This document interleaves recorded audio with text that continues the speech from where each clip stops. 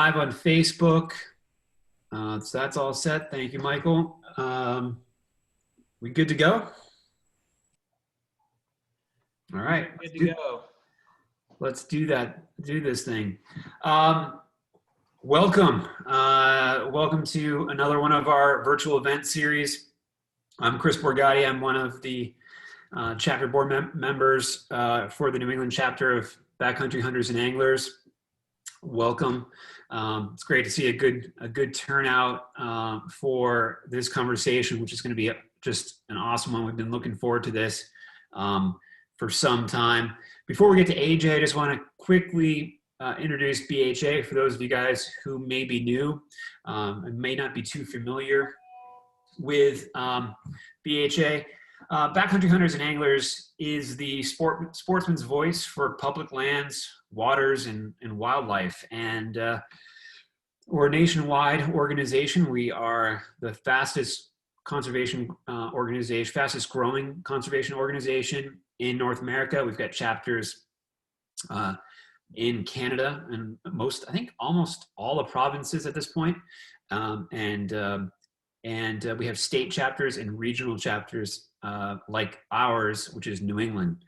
And the New England chapter is broken up by state leadership teams. So we have an interest and a focus interest in working group for each state. So we do a number of different things, ranging from like boots on the ground conservation projects. So like, for instance, the Maine team is doing a project in some heritage brook trout waters, posting signs, doing trash cleanups, things like that. Vermont, coming up in a couple weeks, and part of Public Lands Month, is doing a bridge redecking project in the Conti National Wildlife Refuge, which I think is going to be actually the Grouse opener day for Vermont. So it's a good opportunity to get out, do a little work, and yep, I'm getting the thumbs up. It's on my calendar, but I don't have it in front of me. There's just so much stuff going on. Yeah, so you can do a cool project, and as people are driving by in their trucks, you can kind of get a little peek in, see if they've had any success, and plan your hunt that way.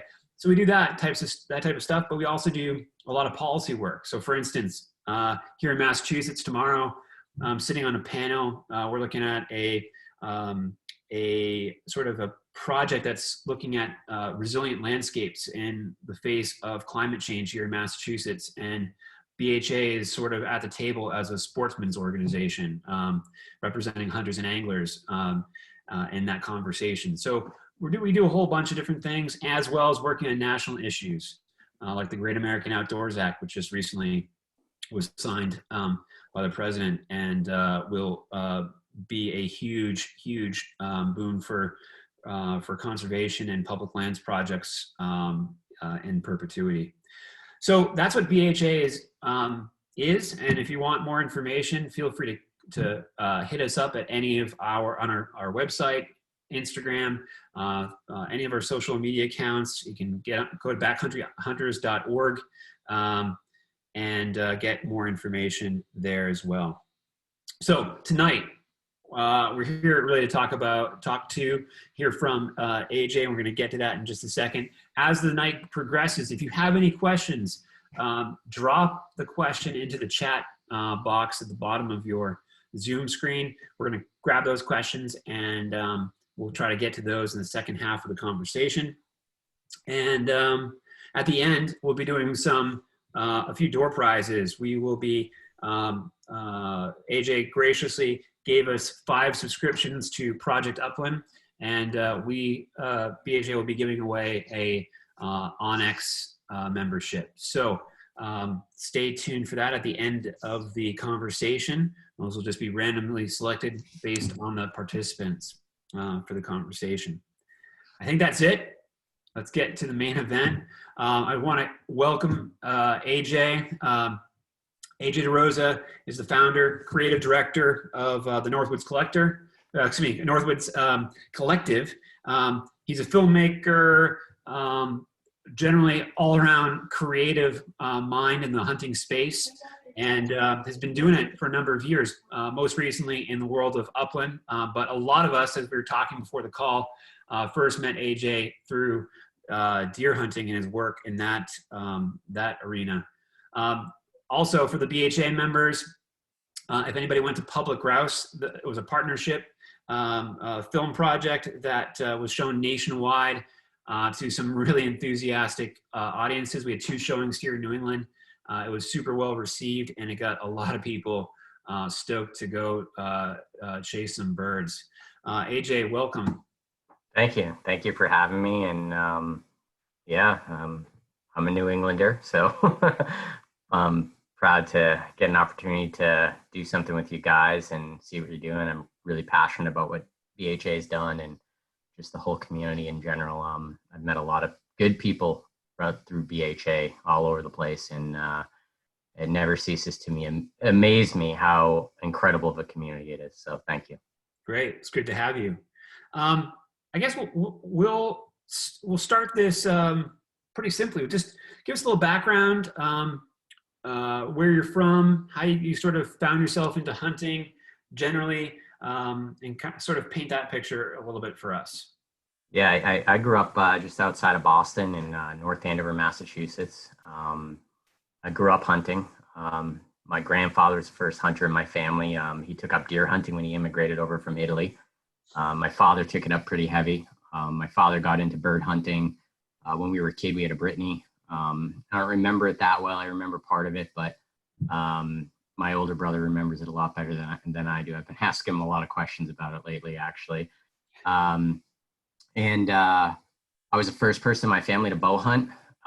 Living in Eastern Massachusetts, I'm 38 now, so I grew up kind of during the boom of a deer population in Eastern Massachusetts. And it's funny because when I was younger, we always went to the Berkshires, we hunted Western Mass, or we went way up north in New Hampshire, just everywhere far away. So I remember just kind of the surprise of my father or my grandfather when it's like, yeah, I shot this deer in North Andover, and it's like, what? There's deer in North Andover?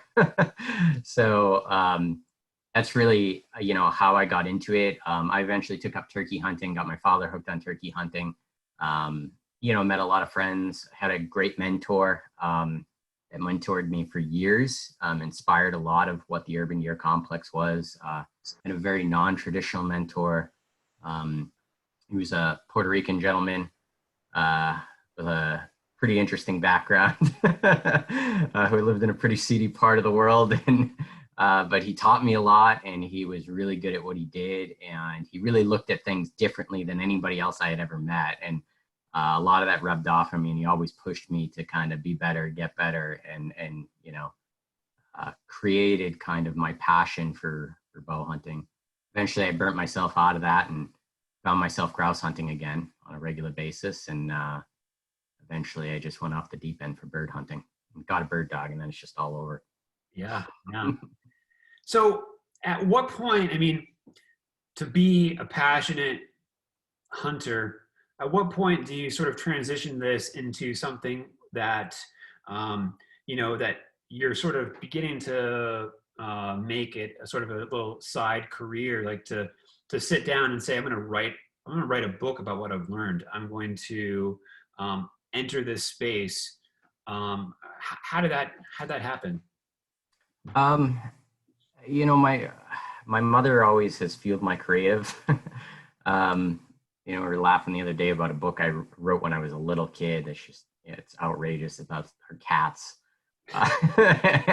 So I've always had just kind of this wanting to do creative things for the fun of it. So whether it's writing or taking photography or eventually film, it was all passion driven. It was never necessarily hey, I want to do this. Urban Deer Complex, it maybe got a little bit of a cult, it's got a fair amount of a cult following, I guess, but Urban Deer Complex is a flop from a business perspective. My success in the industry didn't really occur until Project Upland. But it's always been passion driven, and it's always been about following my heart and really just loving what I do. And film was the thing that kind of pushed it all over the edge for me. Mhm. And technology, I mean, it's a timing thing. You couldn't buy a DSLR camera when I was first into hunting that could do what it can today, or what it could do, 6 or 7 years ago. And um, just embracing that and doing that, and again, for the fun of it,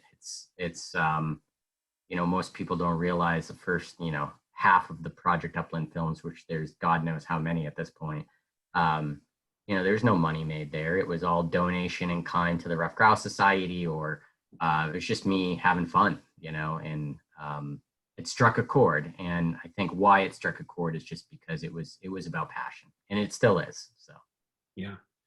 And as you sort of transitioned into that upland space, you know, uh, I can't say that I've been in the hunting world my entire life.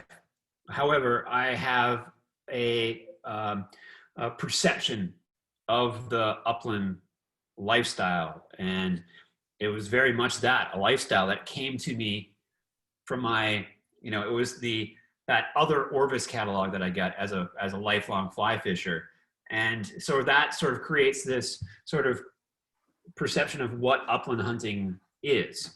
And I would say that, you know, uh, that you definitely came in looking a little bit different than the traditional stereotype. And what was that when you came in and entered that space? Was there resistance? Was there a recognition that there needed to be new voices? How'd that happen? I mean, that's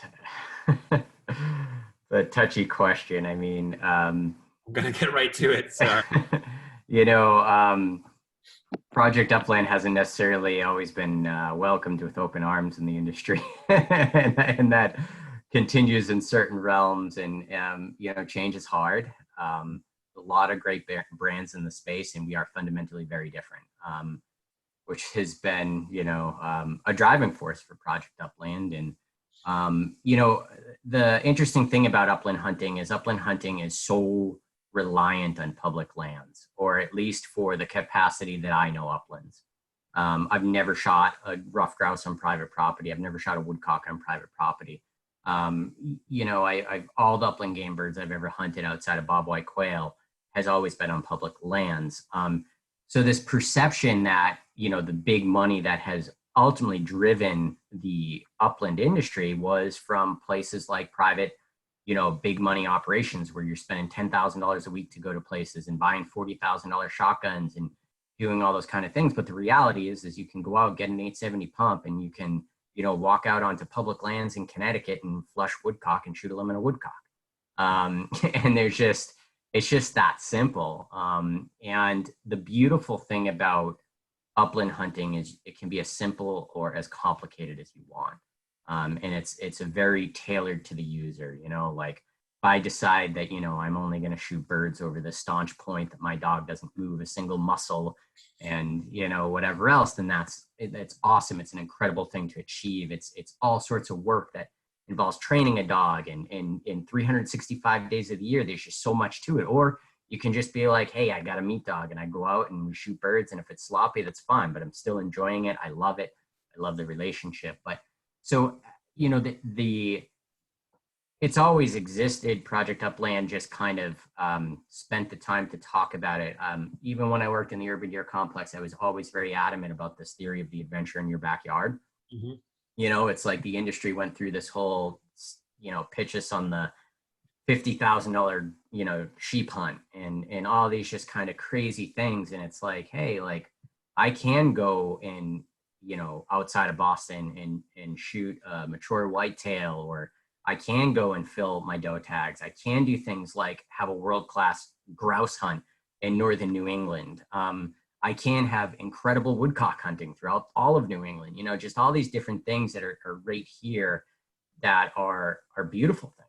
And, in the context of this moment, New England has an incredible upland history that people don't know. I mean, we are like as far as history and famous authors and writing, I mean, New England is a mecca for upland. Obviously, the idea of habitat and where our public lands sit, especially for rough grouse in New England, is really in rough shape right now.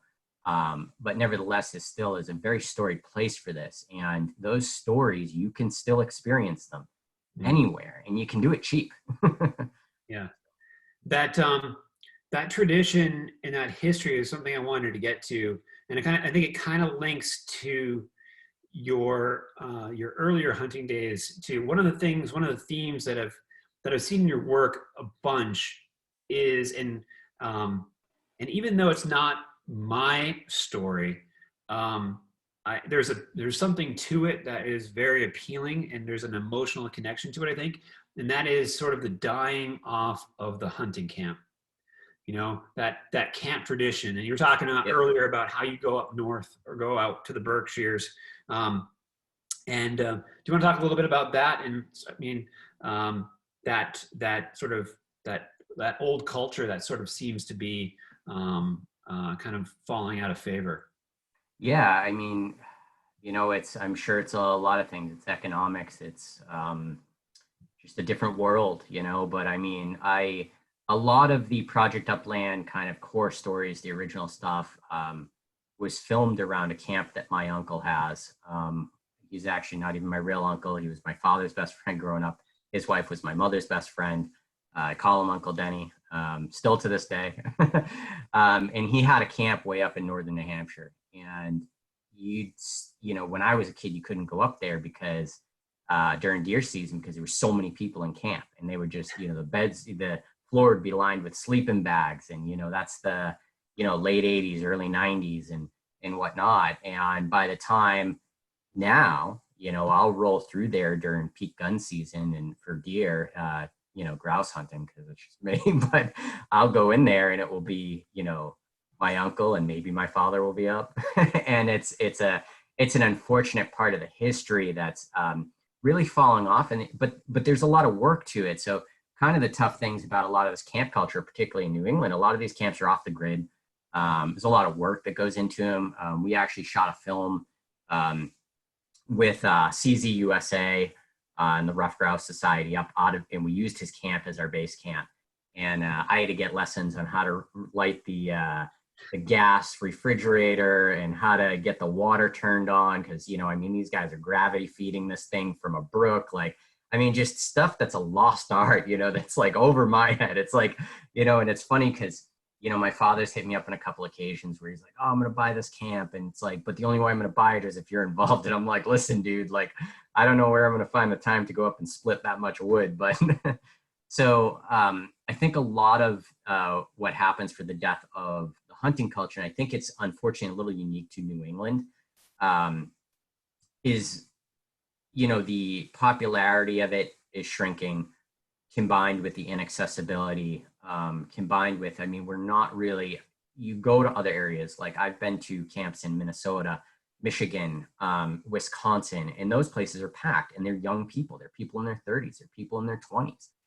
So that culture is kind of alive and well there, which is pretty interesting. But here, it's the parts I get to see of it are pretty well dying. For the most part, everybody that's got a camp I know, and none of them are my age. So, at least in the areas that I hunt. So it is an unfortunate part. And I do see a lot of hurdles to it because, again, it's about accessibility and expense and time. And those are all things that we don't have in 2020, Yeah, it's true.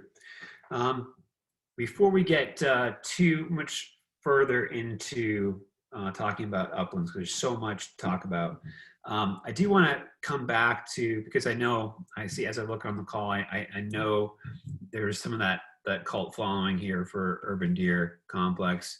Can you talk about some of the experiences that you had that kind of led, you could describe it as a passion project, but there had to have been experiences in the woods, or just this recognition that you're seeing things different in North Andover or Boxford or whatever than you're seeing way up in New Hampshire or out in the Berkshires. Right. I live rurally now. I have for about 4 years. And one thing that's evident is a lot of what was written in the urban deer complex applies to rural environments, which is blows my mind. I was telling you guys before everybody got in the call that neighbor of mine up the street, who I've mentored a little bit since I moved in here, shot a deer this morning, and he was with a hunting buddy, and he's like, oh, I saw this deer and I told my friend to keep talking to me and we're just going to keep walking and eventually, I'm going to shoot it. And sure enough, he shoots this doe, and he just called me just so ecstatic, and he's like, it worked.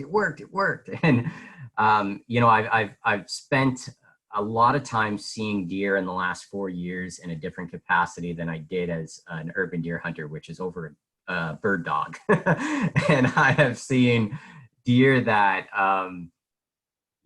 stick to kind of the same set of rules and the same guidance, which is, you have to approach it from this theory that it's an ever evolving process. It never stops. So, one of the things I wrote in the first urban deer complex book was that the theory of the book means that the book itself will actually become outdated because the methodology the deer will become wise to it. And, urban environments in particular accelerate deer knowledge.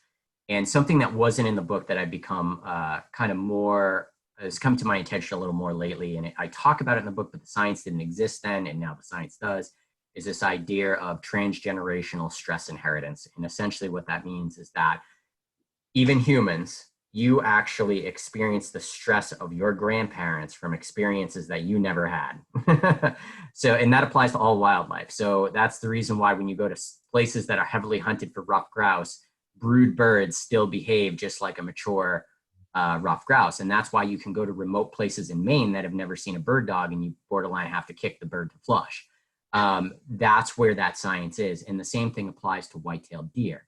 So these knowledges are automatically passed on and they're accelerated over time. But I have, again, seen it, I've been dropping trees on my property and deer come into chainsaws. They know it. I mean, and that's no different than the basis of the theories that the urban deer complex was. And then they'll pick all the buds off those trees. Yeah. So it's a lot of the theory is the same. The big difference between hunting urban deer and hunting rural deer is that rural deer have a hell of a lot more places to go. And that just it can make it a little bit more of a smaller splash in a much larger bucket. So.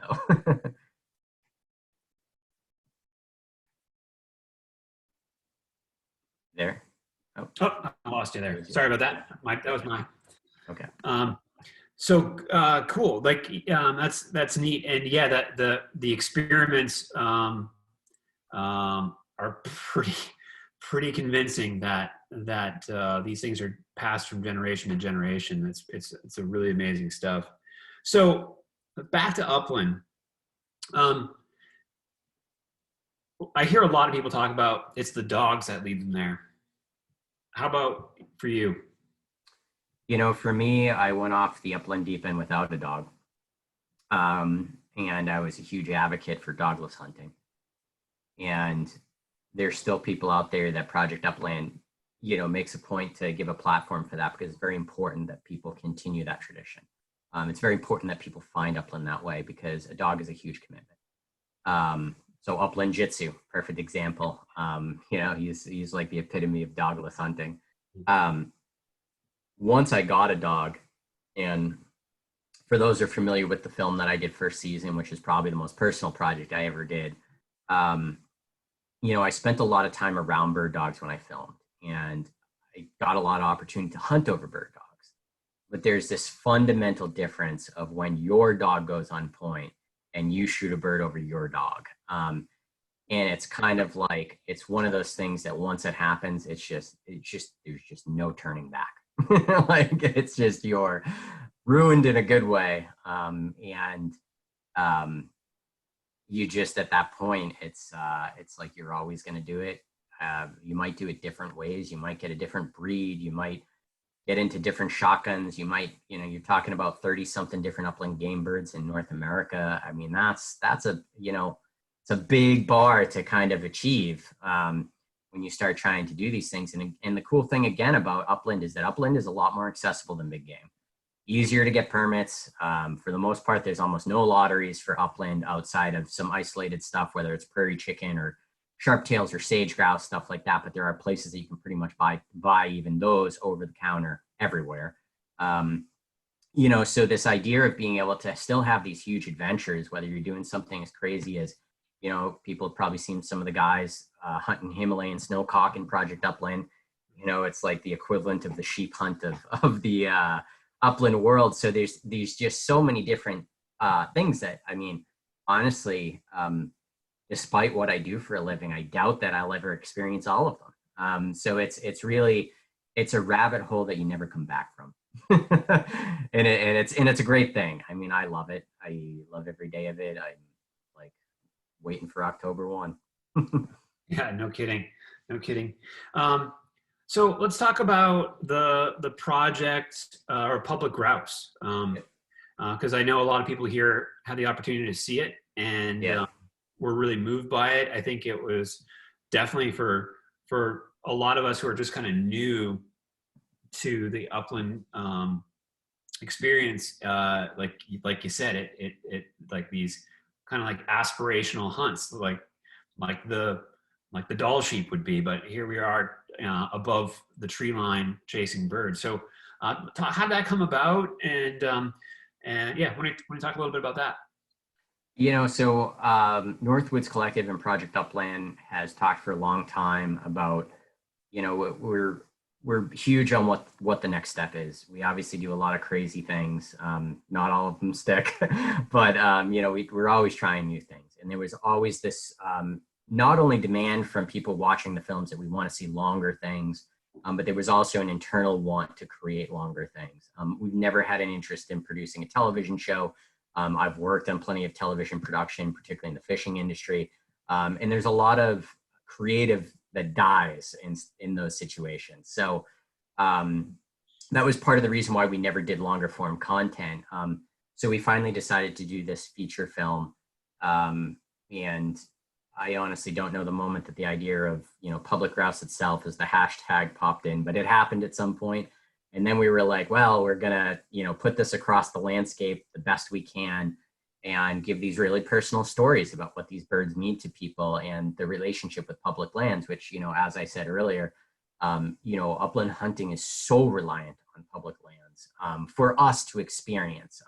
There's a lot of good things that happen on private land. And I always like to mention this, that in certain aspects of management, private lands are critical to nesting habitat and all different things throughout the country. So there are a lot of people in that private arena that are doing great things that benefit us on public lands. But, I'm a poor millennial and I hunt public lands. So that's what that was about. It was about people going out and chasing a bird and really telling this personal story, but more importantly, pointing out the threat that grouse species experience. And it's not necessarily in the upland space unique to only grouse. Grouse are certainly questionably hit the hardest. For all the grouse species are doing really poorly. And for me, one of the biggest centerpieces was that upland hunting is a niche inside of a niche. And, the entire hunting community has rallied around stuff like CWD and all these, just horrible issues, but rough grouse, for instance, like that's my bread and butter. I can't hunt rough grouse where I hunted them when I was a kid. They're gone.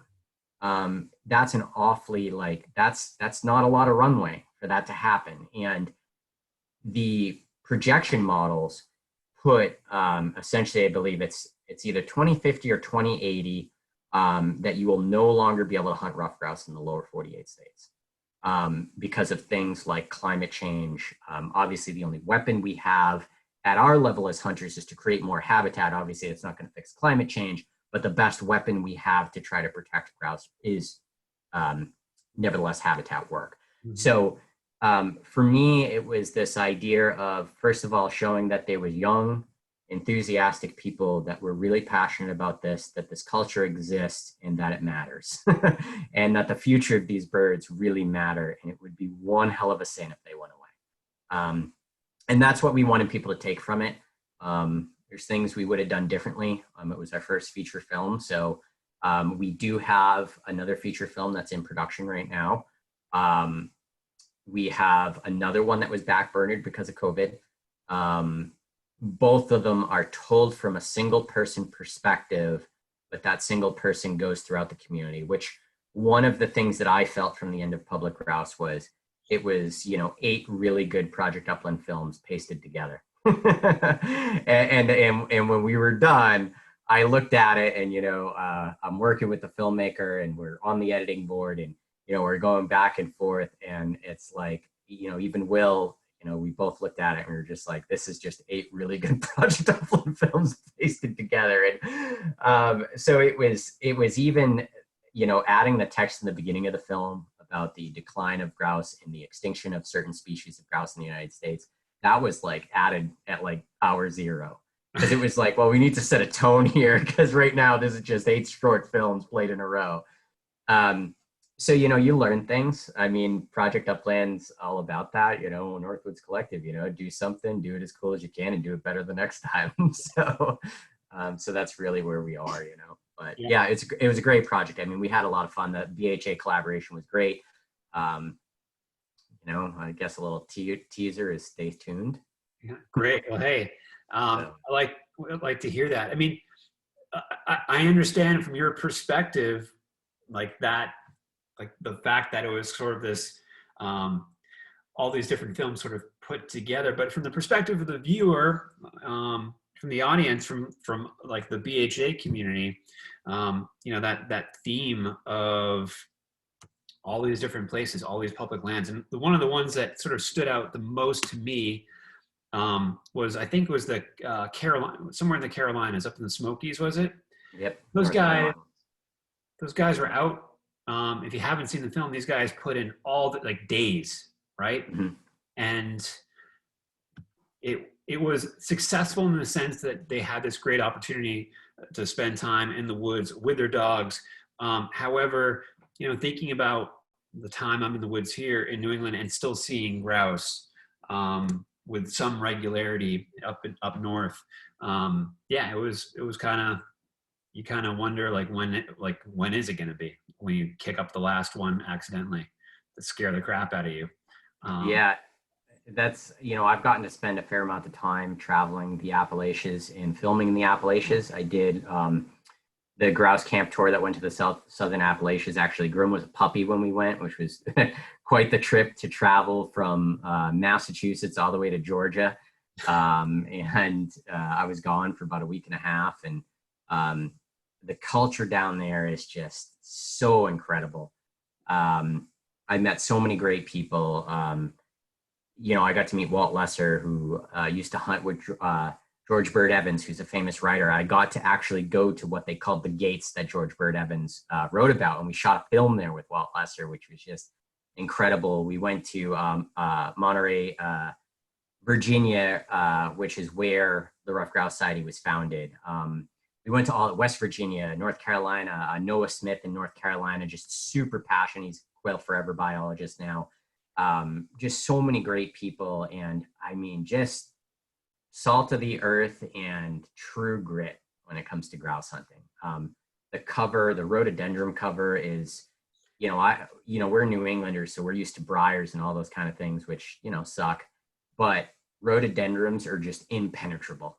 Like there's just like, me being ambitious, I tried crawling under them. I was on the ground filming grouse running through them, and I'm like this tangled in it and I can't move anymore. And you'd work all day to, like you said, to see just a handful of birds, or even just hear them flush.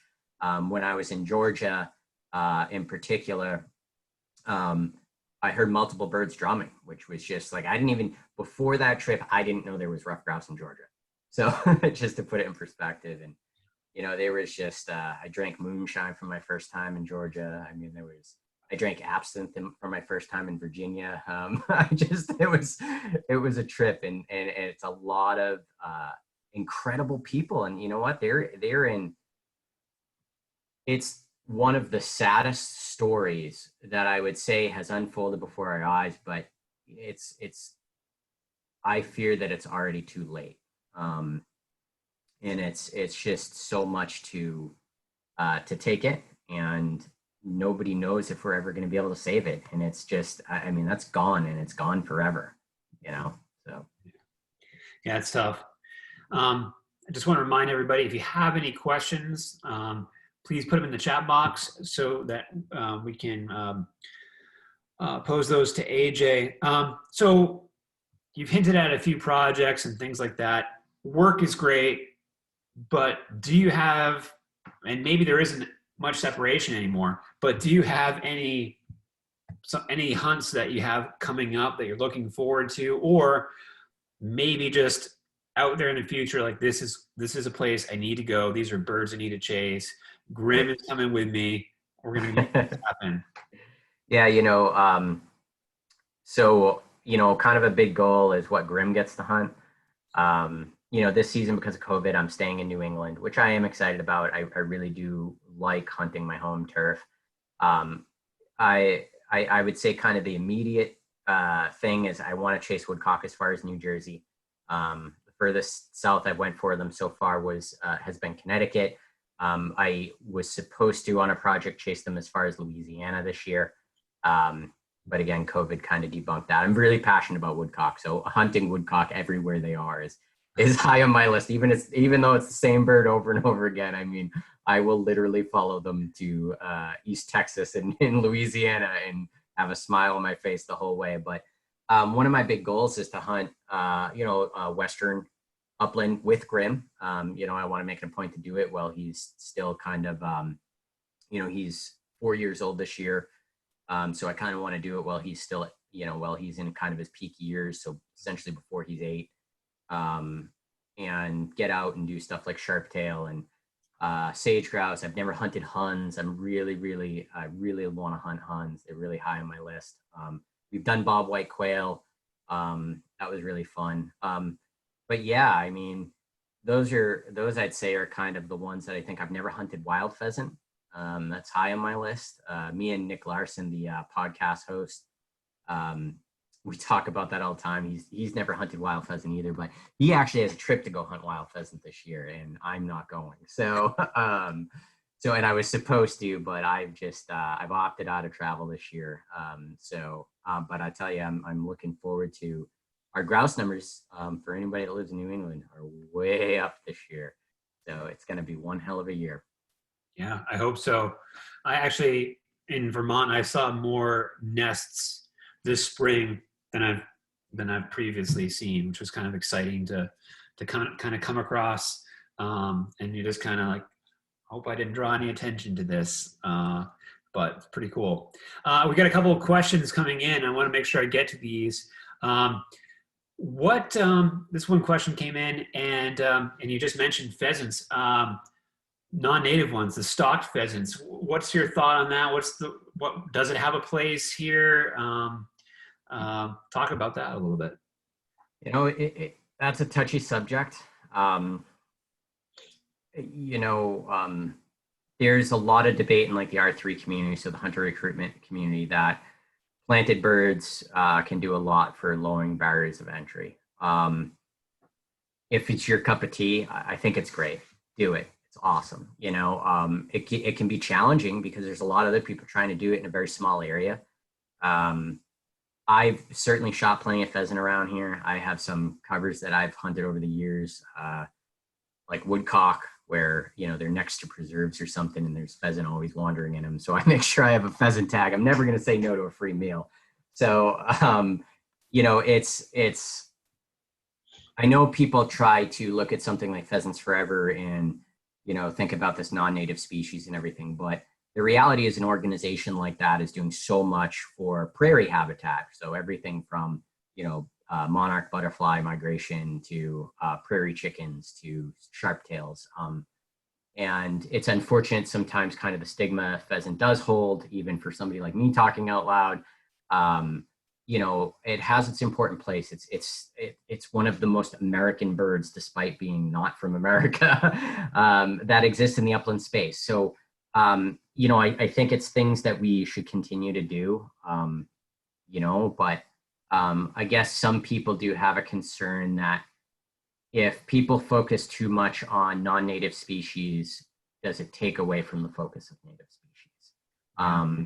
But I think, especially right now in our culture in general, we're experiencing kind of a lot of exciting going to science and managing through science. And I think a lot of things are going towards the direction when you think of marketing and promoting to people. You know, I've had meetings with people in the state of Mississippi about how they want to get people enthusiastic about hunting woodcock so that people will be enthusiastic about bringing the bobwhite back. So these ideas of stepping stones are just so important to everything we do. We need to shorten every step as much as we can because it will result in more people.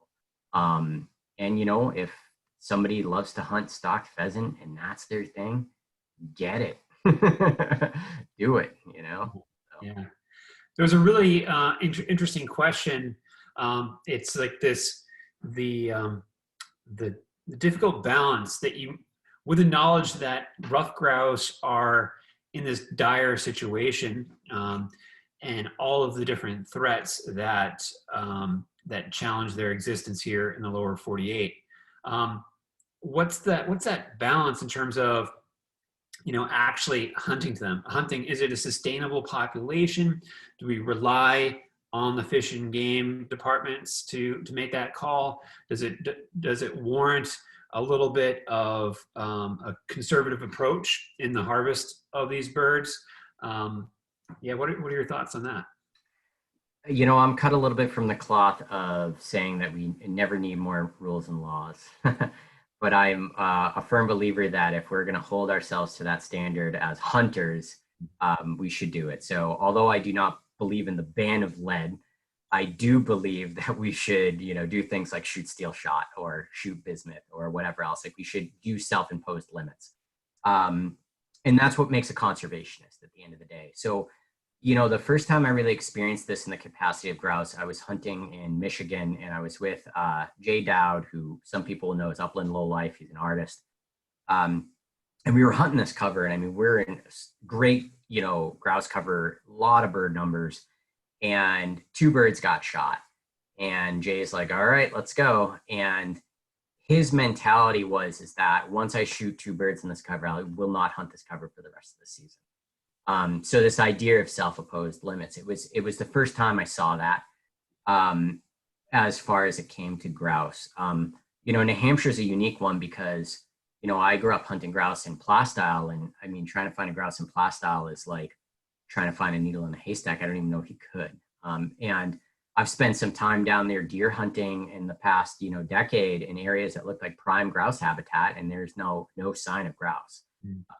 So even though it's legal to hunt grouse there, it does bring up this ethical question, which, you know, upland hunting more than ever, more than most niche cultures in the hunting space, has a lot of self-imposed ethics. Like, you know, don't shoot a bird that your dog bumps, or like we want to give all these self-limits. So I guess it's only fitting that we do that things elsewhere. So, you know, I live in central New Hampshire. Our bird numbers are up this year. I mean, my dog's been pointing grouse right over my house, which has never happened. But I still, if I go out into this cover that I've been training him in, I'll take 1 grouse out of there, and after that, I won't hunt it again. I'll train him in there, you know, which unfortunately does pressure the birds and makes them pretty wiry. But, you know, that idea of giving yourself a self-imposed limit, I think is a great thing. There are plenty of parts in New England and other parts of the country where you can shoot your limits and you're not going to do anything bad to them. And, you know, biologists states they are watching these things, and although some of these things are dire needs, and you know, as as being what I do for a living and passionate about the topic, you know, I'm certainly alarmist when it comes to these things. You know, it's a tough thing to say. I mean, it's up to your own fair judgment. If it's legal, it's legal. But doing the ethical thing and doing the practical thing always happens. So. Got it. Good. There's a question about non-traditional dogs in the woods. You got some smart dogs. They're not the traditional breeds. Are there resources out there that you're aware of that that could be used to help get started in training these dogs? You know, that's actually a great question. And there's a lot of cultural, it's a culturally loaded question. This is something Project Upland has actually talked about more than once. And part of the issue of finding resources is that essentially no upland media group will touch the subject. That happens for the simple fact that there is this general fear when you put a bunch of dog fanatics in a room that by promoting mixed breeds or non-traditional breeds, that you promote the degradation of, whether it's the wire-haired pointing griffon or English setters or whatever it might be. That's why people have stayed away from it. That's why it's tough to find content on it. It does happen a lot. There's a lot of people that are doing it. I think it's great. And there's something incredibly admirable about people who are rescuing dogs that might not necessarily be a bird dog or whatever else, and bringing them out hunting and having fun with them and still having a relationship. I mean, they're all dogs. And let's face it, I mean, when we launched Hunting Dog Confidential, a magazine, this month, and the basis of Hunting Dog Confidential is the fact that pretty much every single breed, all the way down to the Chihuahua, was bred to hunt something. So there's an incredible, beautiful thing about that. It is difficult to find resources on it. It's something that Project Upland has discussed many times internally. And, saying it out loud and talking about it in the public, maybe that is an approach to say these disclaimers, to say, people are doing this, people are rescuing dogs, or people are taking these non-traditional dogs hunting, and celebrating that with a healthy disclaimer of, don't breed your English setter and your German wire hair together. So. Yeah. So I want to make sure that before we move on and get to the the door prizes here, anything else that you wanted to mention or talk about that we didn't cover that might be fitting for our community, our audience? I mean, as New Englanders, we have some great opportunities to hunt wild birds. Woodcock, no matter where you live in New England, woodcock have to migrate through your state. You can find them, and when you find them, it's fun. You can hunt them without dogs. It takes a little bit of patience, but once you figure it out and the first time you've done it, it's an incredible thing. We do have grouse. You can hunt them everywhere, and New England is boomed for deer. The deer populations that we have today are not what they were a decade ago. They're not what they were 20 years ago, and that's a pretty incredible thing. And really, it's just, I think as an individual hunter, just don't limit yourself to anything. Always keep an open mind, always challenge. Maybe that's a little bit of millennial, but I've always had this approach to anything I've done with this inherent, but why? My father growing up, we'd sit under the same tree for a decade waiting for a deer to come by, because the deer walked by there a decade before. And, at some point you start being like, yeah, but like, why are we doing that? So, deer hunting is this incredibly heritage driven tradition, and, so old and nostalgic. And because of that, we tend to rely so much on just these, tried and true methods, which there are plenty of that are just that, tried and true, but there are things that can be challenged, that can be done differently. Or in fact that, I think about stories like, Craig Koshik, who's the editor-in-chief of Hunting Dog Confidential, talking about a lot of the European breed dogs that we have in the United States, and how these dogs were designed to not stay steady for you to walk up and flush the birds. They were designed to be released to flush the bird and then shoot them. But in America, we've changed that. We've taken these fundamental shifts. So it brings up these kind of curious questions of, first of all, is that the way you enjoy it? Is it the way you love it? Is it the way that it's successful for you? How important is that success? Is it more about the challenge? But again, keeping the open mind of, even though somebody tells you something was done a certain way, it doesn't mean that it's the only way. And I think that has guided me through a lot of things, whether it's hunting whitetail deer and right in the urban deer complex, all the way to creating Project Upland. There's got to be disruption. There's got to be, don't break laws, but there's obviously got to be a bending of the culture itself, the inherent traditions that we've passed on. They are meant to evolve. And we got to remember that. But there is, at the same token, and I will always say this, it's so important that we preserve our past at the same time. and remember where we came from. Remember the people that came before us. Remember the traditions. Remember, you know, the writers or anything else. So it is an incredible time to be in hunting. Technology, media, you look at groups like Meat Eater, and just this rapid change in everything we're doing. And, you know, BHA is really at the forefront of a lot of it. I mean, BHA has kind of become the nonprofit epicenter of this new phenomenon of hunting that we're experiencing right now, this new revival. And we are in a golden age, whether people want to say it or not. Even bird hunting, grouse hunting. This is a golden age for hunting, and you should just go out there and love it and learn and enjoy.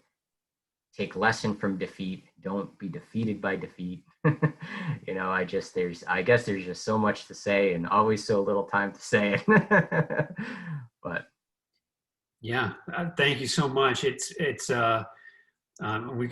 There's so many different avenues this conversation could go, but I think that's a great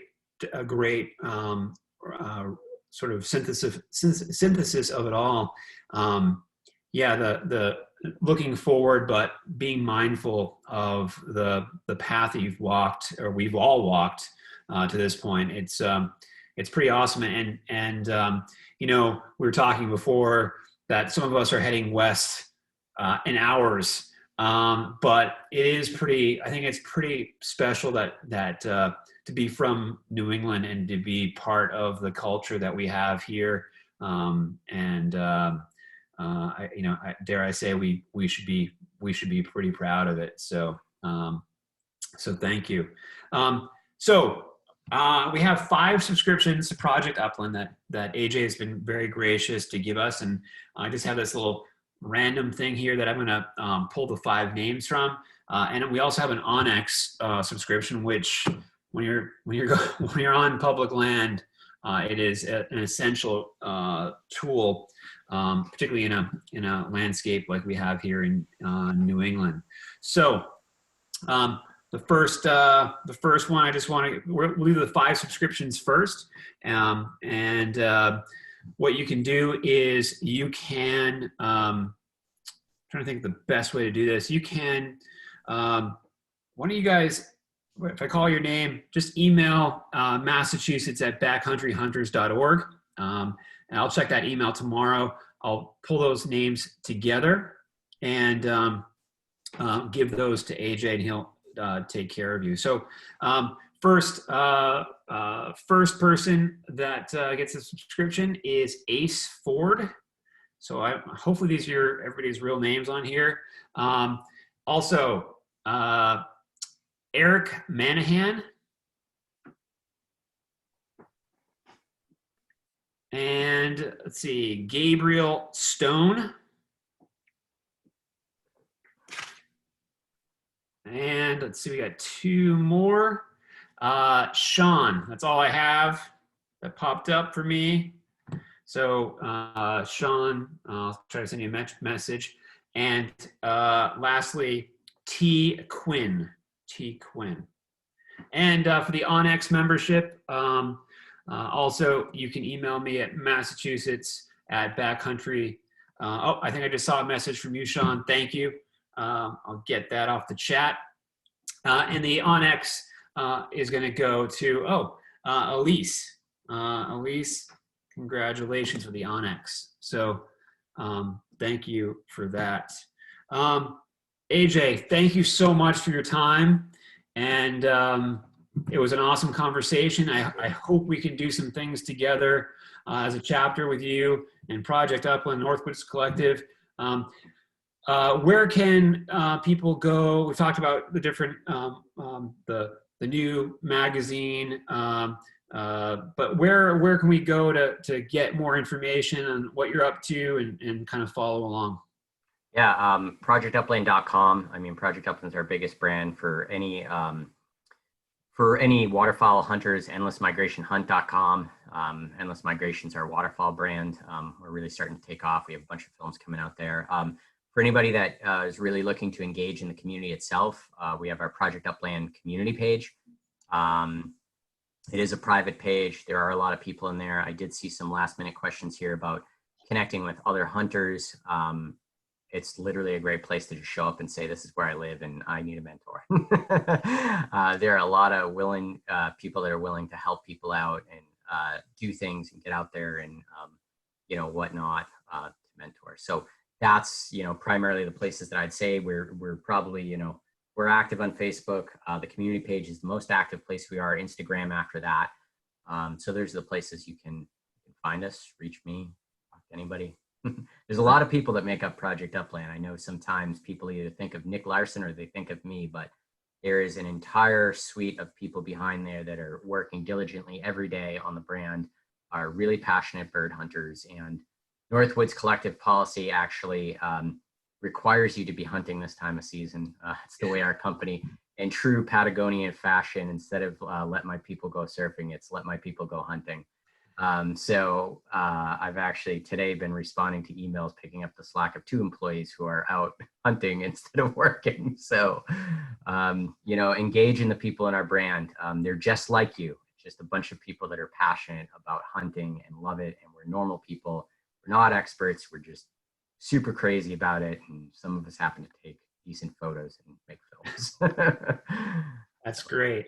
And for anybody who's here tonight with us, if you think that a friend of yours might be interested in this conversation and hearing it or watching it, it will be it's available on Facebook, and also it will be on our chapter's YouTube page, so you can catch it and you can share it with people who might be able to take something from this conversation. Thank you so much, AJ. It was an awesome conversation. Thank you. Appreciate the time, and we hope you and Grim much success this year. The deer hunters, they're gonna just nod at you when you go by them and they're up in their stands. Give you this I'm like the ultimate information for deer intel now. Every deer hunter I run into, I'm like, if you go down over here, because now I just don't care. Right. Yeah, exactly. So thank you again, and we'll talk to you soon. Cool. Thank you. I appreciate it, and thank you everybody for coming on. Thank you, everybody, too. And we'll see you again, hopefully in the near future. We have for the people who are interested in big game, we have a conversation coming up in a couple weeks. We have a member who did a DIY caribou hunt in Alaska. It's going to be a great conversation. As I mentioned, we've got a number of conservation or service type projects in the works. And also for those of you who are looking for who are new to hunting and looking for some new tips and tricks, we have a series of online series on Tuesdays, every other Tuesday, starting very soon through our Vermont team. Tune-up Tuesdays, I think. Matt, am I right on that? Am I getting, is Matt on the call still? Tune-up Tuesdays, I believe it's going to be called. And I'm pretty confident there'll be an Upland tune-up series on that. So thank you so much. And everybody, have a great time in the woods. Be safe, and we'll be back with you all soon. Thank you again, AJ. Thank you.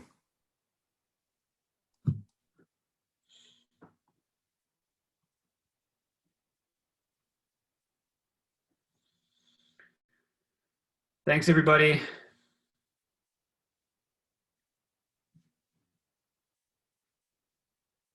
Matt, I hope I hit that right.